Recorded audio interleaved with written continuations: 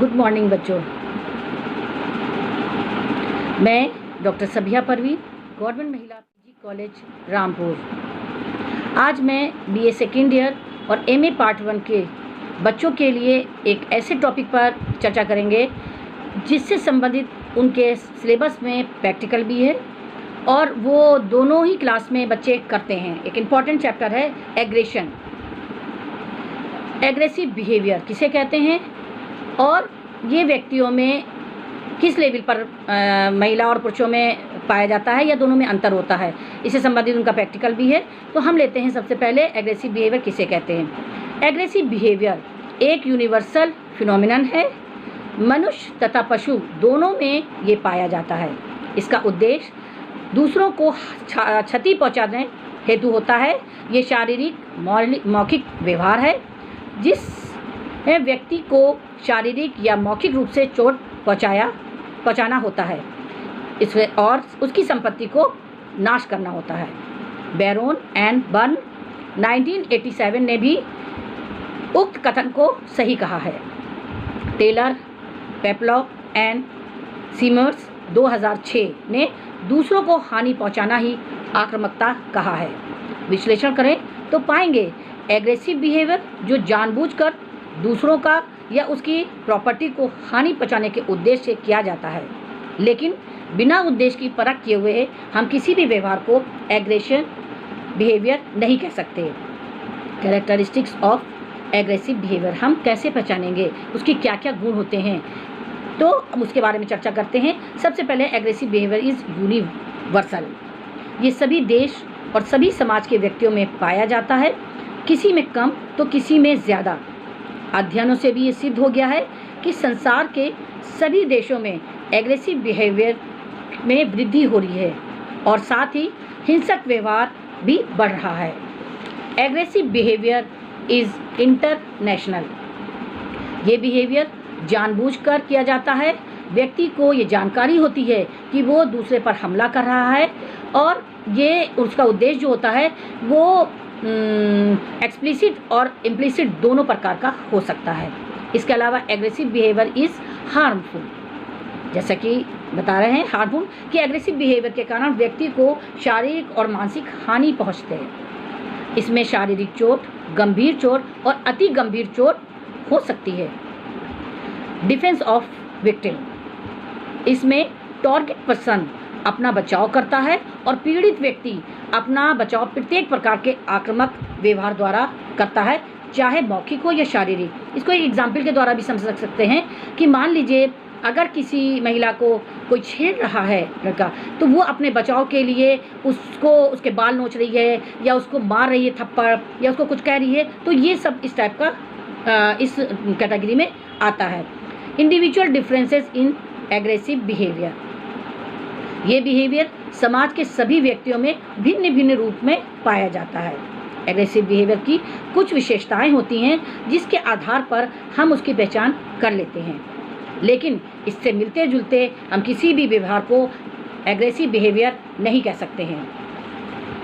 Anti social aggression से मतलब है जो समाज के नियम के विरुद्ध होता है, जैसे किसी को गोली मारना, तमाचा मारना आदि। इस अर्थ में एग्रेशन एक बुरा व्यवहार है, किंतु कुछ एग्रेशन ऐसे होते हैं जो समाज के नियम के अनुकूल होते हैं, जिसे प्रो सोशल एग्रेशन कहते हैं। जैसे माता पिता के अनुशासनात्मक व्यवहार, अगर बच्चा कोई गलती कर रहा है और माँ बाप उसे कोई अनुशासनात्मक व्यवहार कर रहे हैं या उसको डांट रहे हैं या मार रहे हैं, तो इस टाइप का व्यवहार जो है वो प्रो सोशल एग्रेशन व्यवहार के अंतर्गत आता है। या युद्ध में जो कमांडर है उसका आक्रामक आदेशों को सिपाही द्वारा पालन करना, कि युद्ध करो या पीछा करो या इस टाइप से जो आदेश होते हैं वो भी व्यवहार इसी टाइप से इसके अंतर्गत आते हैं, जिसे सेंसेशन एग्रेशन कहा जाता है। हाँ, सेक्शन एग्रेशन जिसकी ज़रूरत सोशल नॉर्म्स के अनुसार तो नहीं होती, परंतु उसे सीमा के भीतर रखा जा सकता है। जैसे एक बलात्कारी को हमने पहले भी बताया कि अगर महिला मार रही है या उसको बाल नोच रही है या उसको धक्का दे रही है या उसको चाटे मार रही है, तो इस टाइप का बिहेवियर जो है एक सीमा के अंतर्गत आता है और उसे प्रो सोशल एग्रेशन बिहेवियर कहते हैं। एक बार और, एग्रेशन और एंगर में अंतर होता है। एंगर या क्रोध एक एग्रेसिव एक्सपीरियंस होता है, जबकि एग्रेशन बिहेवियर उस अनुभूति का बाहरी रूपांतर होता है। व्यक्ति को क्रोध की अनुभूति होने पर जब वो एग्रेसिव बिहेवियर करता है, परंतु कभी कभी वो इन अनुभूतियों को कंट्रोल कर ऐसा बिहेवियर करता है कि मानो उसे क्रोध का अनुभव हुआ ही ना हो। लेते हैं type of aggression, physical aggression and verbal aggression. नाम से ही जैसे पता चल रहा है कि एग्रेशन दो तरह के होते हैं। फिजिकल एग्रेशन, इसमें शारीरिक बल का प्रयोग किया जाता है, जैसे हाथ पैर मारपीट करना, घूसा चलाना, थप्पड़ मारना आदि। लेकिन दूसरे तरह का वर्बल एग्रेशन जो होता है, उसमें क्या होता है, छींटाकसी करना, बेइज्जती करना और धमकी देना आदि बिहेवियर सम्मिलित है। इसके अतिरिक्त दो और तरह के भी एग्रेसिव बिहेवियर हो सकते हैं, जैसे डायरेक्ट एग्रेशन बिहेवियर और इनडायरेक्ट। डायरेक्ट एग्रेशन में क्या होता है कि व्यक्ति प्रत्यक्ष रूप से एग्रेसिव बिहेवियर करता है सामने, और दूसरा उसको अप्रत्यक्ष रूप से जो बिहेवियर कर रहा है। अब हम लेते हैं determinants of aggression. Aggression behaviour किसी एक या दो कारणों पर निर्भर नहीं होता है, बल्कि बिहेवियर का घटित होना इसके निर्धारकों के जटिल अंतःक्रियाओं प्रभावों पर निर्भर करता है। Personal determinants and social situational determinants अधिक महत्वपूर्ण हैं। पर्सनल डिटर्मिनेंट्स, इसके भी दो प्रमुख हैं। एक है पर्सनालिटी एंड एग्रेशन, ग्लास 1977, मैथेंस 1982 आदि अध्ययनकर्ताओं ने एक अध्ययन में ये पाया कि जिन व्यक्तियों में कंपटीशन की भावना अधिक होती है, जो व्यक्ति जल्दबाजी करते हैं और वो समय का अभाव महसूस करते हैं, उनमें शांति जो होती है वो कम होती है, जिसमें हार्ट अटैक की अधिक संभावना होती है। अन्य की अपेक्षा ऐसे व्यक्तियों में एग्रेशन अधिक होता है। इस प्रकार की विशेषताओं वाले लोगों में टाइप ए बिहेवियर पैटर्न का नाम दिया गया है, और जिसमें नहीं होती है उसे टाइप बी बिहेवियर पैटर्न का नाम दिया गया है। टाइप ए बिहेवियर वाले लोगों में ब्रह व्यवहार में ही आक्रामकता झलकती है। Sex difference and aggression. Bharat देश में घटित हो रहा है अपराधों की संख्यांकों का विश्लेषण करें तो देखा गया है कि महिलाओं की अपेक्षा पुरुषों में आक्रामकता अधिक पाई जाती है। मौखिक आक्रामकता की अपेक्षा शारीरिक आक्रामकता पुरुषों में अधिक, जबकि शारीरिक आक्रामकता की अपेक्षा मौखिक आक्रामकता महिलाओं में अधिक पाई जाती है। दोनों में एग्रेशन में जो अंतर है वो संस्कृति से अधिक प्रभावित होता दिखाई देता है।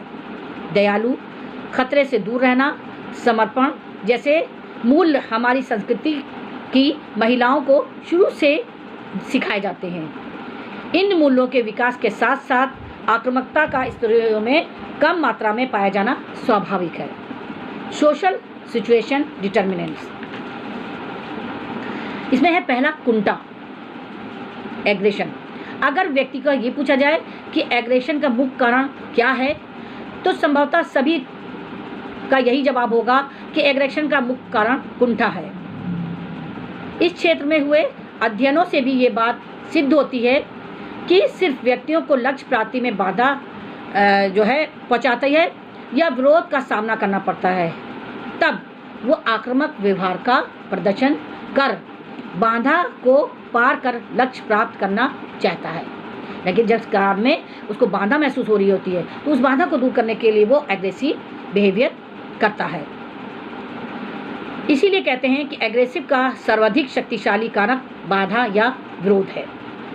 इसके अलावा आक्रामकता में आक्रामकता की उत्पत्ति या प्रत्यक्ष रूप से उकसाना, कुंठा से एग्रेसिव बिहेवियर उत्पन्न होता है, जबकि दूसरे व्यक्ति के साथ साथ मौखिक या भौतिक आक्रामकता शो हो तो ऐसे बिहेवियर का जवाब एग्रेसिव बिहेवियर के द्वारा ही देता है। जैसे ए व्यक्ति बी व्यक्ति को ताना या छींटा खसी या फप्ती कसता है या गाली गलौज करता है, तो बी व्यक्ति जवाबी कार्रवाई में आक्रामक व्यवहार करना शुरू कर देता है। आक्रामकता के साच का प्रभाव। आजकल बच्चों में बच्चे जो हैं वो कई घंटे तक टीवी देखते हैं, रेडियो देखते हैं, या कहना चाहिए इंटरनेट पर बैठे रहते हैं, और मीडिया द्वारा जो हिंसा और एग्रेशन से रिलेटेड जो साच के साथ साथ जो न्यूज़ वो ग्रहण करते हैं, व्यक्ति को एग्रेसिव बिहेवियर के लिए बाध्य करती है। बंदूरा 1963 से 65, Green 1978, Lippard et al 1982, Lippard and Green 1972, Lens 1975, Perk et al 1977। इनके द्वारा भी लंबे समय तक अध्ययन किए गए। लेंस ने अपने एक अध्ययन में 2 ग्रुप लिया और एक ग्रुप में 5 और दूसरे ग्रुप में भी 5 फिल्में दिखाई बच्चों को। तो देखा गया कि एक ग्रुप जिसमें हिंसात्मक पिक्चर दिखाई गई और दूसरे में बिना हिंसात्मक। जिस ग्रुप में हिंसात्मक पिक्चरें दिखाई गई, देखा गया कि उस ग्रुप में बच्चों में एग्रेसिव बिहेवियर का बढ़ता हुआ ग्राफ देखा गया। इसलिए इसके अलावा उच्च उद्दोलन स्तर और आक्रामकता। मान लो कि कोई व्यक्ति सुबह की सैर कर रहा है, तो सैर करने से जब वो दौड़ लगा रहा है, तो दौड़ने से उसके शारीरिक उद्दोलन का स्तर जो बढ़ जाता है, और ऐसे में अगर उसके पास से एक आदमी गुजरे और उसको धक्का दे दे, तो वो क्योंकि शारीरिक उद्दोलन बढ़ा हुआ है, और ऐसे में ये शारीरिक उद्दोलन के बढ़ने से वो उस व्यक्ति के प्रति जवाबी एग्रेसिव बिहेवियर कर सकता है। इसके अलावा सिचुएशनल क्यू, तापमान, कोलाहल और मादक पदार्थ एंड एग्रेशन। तो सिचुएशनल क्यू क्या क्या होती है कि एक व्यक्ति अगर हाथ में बंदूक लिए या तमंचा या कट्टा लिए हुए जा रहा है, तो ये संकेत कर रहा है कि वो व्यक्ति एग्रेसिव बिहेवियर कर सकता है। इसी तरह तापमान भी अधिक होने पर या बहुत ज़्यादा शोरगुल होता है, तो भी आपने देखा होगा कि अगर बहुत ज़्यादा तापमान, गर्मी बहुत है, तो झुंझलाहट और एग्रेसिव बिहेवियर कर सकते हैं। झुंझलाहट होता है, अगर हम बैठे हैं बहुत गर्मी है और किसी ने पंखा बंद कर दिया, तो हम एकदम से एग्रेसिव बिहेवियर कर सकते हैं। या बहुत ज़्यादा शोर हो रहा है, उसको कराने के लिए हम एकदम से चीख दें या उसको गुस्सा करें, तो ये सारी चीज़ें जो फैक्टर हैं, ये भी एग्रेसिव बिहेवियर को बढ़ा सकते हैं। इसके साथ साथ एक इम्पॉर्टेंट फैक्टर भी है कि अल्कोहल, ड्रग्स लेने वालों में भी आक्रामकता अधिक पाई जाती है। अब हम लेते हैं, जब एग्रेशन इतना ज़्यादा है बिहेवियर जो दूसरों को पहुंचा सकता है, एंटी सोशल बिहेवियर होता है, तो साइकोलॉजी पढ़ने वाले और या साइकोलॉजिस्ट को कम करने के लिए क्या क्या साइकोलॉजिकल कारण होते हैं, हम इस पर भी ध्यान देंगे। तो हम लेते हैं prevention and control of human aggression. Punishment सबसे ज़रूरी है कि अगर व्यक्ति एग्रेसिव बिहेवियर कर रहा है, तो एन इफेक्टिव डिटरिंग टू एग्रेशन। तो प्राणघातक हमले, बलात्कार और हत्या जैसे जो लिप्त जो एग्रेसिव बिहेवियर होते हैं या कार्य होते हैं, इनमें तत्काल जो है वो सज़ा का प्रावधान हो।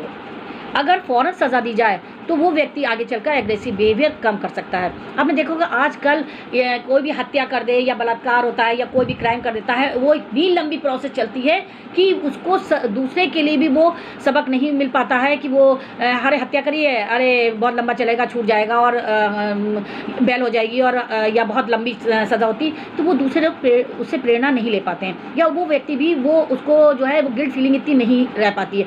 तो ऐसी जो एग्रेसिव इस टाइप के बिहेवियर हो, इसमें तत्काल सज़ा देने का प्रावधान हो, सज़ा फ़ौरन मिलनी चाहिए। इसके अलावा जो कठोर असहनीय दंड भी होना चाहिए, कठोर भी हो और असहनीय ऐसा दंड हो कि जो दूसरों के लिए सबक हो, कि ऐसी सज़ा मिले जिसको सज़ा देखकर दूसरा वो व्यवहार करने से डरे। और एग्रेसिव बिहेवियर के लिए सज़ा की हाई प्रोबेबिलिटी भी होनी चाहिए कि अगर किसी ने हत्या करी तो उसको सज़ा मिलेगी। ये नहीं कि वो 20 साल के बाद उसको साक्ष्य के अभाव में उसको छोड़ दिया जाए और ये वो, तो ये चीज़ें नहीं होनी चाहिए। इसके अलावा कैथारसिस, आत्म अभिव्यक्ति, इसको संवेगात्मक मोचन भी कह सकते हैं। इसके द्वारा एग्रेसिव व्यवहार का तनाव या अंतर्द्वंद कम होता है। ये जो शारीरिक आंदोलन जो स्तर होता है इसके ये भी कम होता है। व्यक्तियों को ऐसे कार्यों को करने के लिए उत्साहित किया जाता है जिससे आक्रामकता व्यवहार वाली बात ना हो।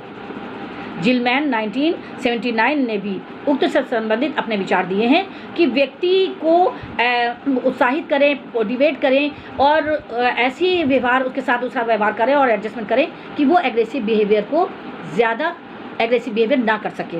इसके अलावा खाली व्यक्ति का ही ज़रूरी नहीं काम होता है, एग्रेसिव बिहेवियर को कम या ख़त्म करने में हमारे समाज का भी उत्तरदायी होता है। क्या है फंक्शन ऑफ सोसाइटी? कि समाज में उत्तम संतुलन और अनुशासनपूर्ण व्यवहार वातावरण होना चाहिए। सामाजिक संस्थानों को चाहिए कि समाज के सदस्यों को स्वस्थ और आदर्श सामाजिक दृष्टिकोण अपनाने के पर बल दें, नैतिक मूल्यों में प्रेम तथा भाईचारा को सिखाने व अपनाने पर बल दें। इससे भी हम एग्रेसिव बिहेवियर को रोक सकते हैं। इसके अलावा असंगत अनुक्रियाएं, कुछ स्टडीज़ में पाया गया है कि परानुभूति और हास्य भावनाओं में व्यक्ति का ध्यान जो है वो क्रोध को कम करता है, जिससे उसके आक्रामक व्यवहारों को रोका जा सकता है, ये कमी लाया जा सकता है। क्योंकि एग्रेसिव बिहेवियर में अगर व्यक्ति को बार बार उसको ऐसा व्यवहार करा जाए, उसके साथ सहानुभूति ना हो या उसको बार बार गुस्सा दिलाया जाए तो उससे उसका लेवल बढ़ता है और वो एग्रेसिव बिहेवियर करने लगता है। तो हमें चाहिए कि एग्रेसिव बिहेवियर को कम करने के लिए व्यक्ति को इन उपायों का पालन करना चाहिए। हमें उम्मीद है कि हमारे बच्चों को मेरे इस लेक्चर से ज़रूर फ़ायदा हुआ होगा और ये लेक्चर जो है वो doctor A.K. Singh, doctor R.N. Singh और लाल बच्चन त्रिपाठी, भार्गव एंड कुरैशी की बुक से तैयार किया गया है और इन बुक से और हमारे लेक्चर से बच्चों को ज़रूर फ़ायदा होगा। इस उम्मीद के साथ मैं अपना व्याख्यान ख़त्म करती हूँ। धन्यवाद।